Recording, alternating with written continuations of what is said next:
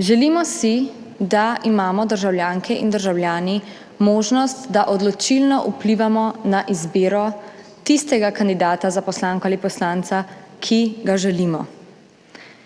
To lahko storimo s preferenčnim glasom. Torej, da damo ljudem možnost, da obkrožijo ime kandidata za poslanko ali poslanca in ne le, da imajo možnost izbrati stranko.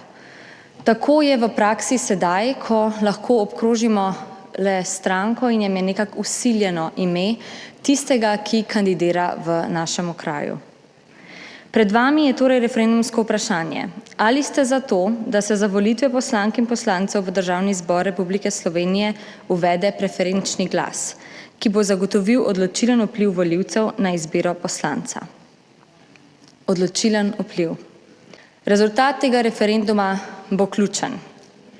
V koalicijski pogodbi smo se 3 stranke zavezale, da bomo to vprašanje reševale s preferenčnim glasom, ampak vemo, da je za spremembo volilne zakonodaje potrebna širša večina, širša politična volja, ki jo tako dolgo v Sloveniji nismo uspeli doseči.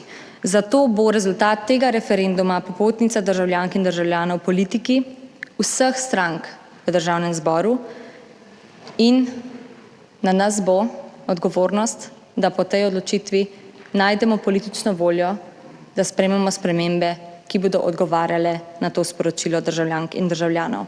Konec koncev smo tukaj, da v ustavnih okvirih uresničujemo voljo ljudstva.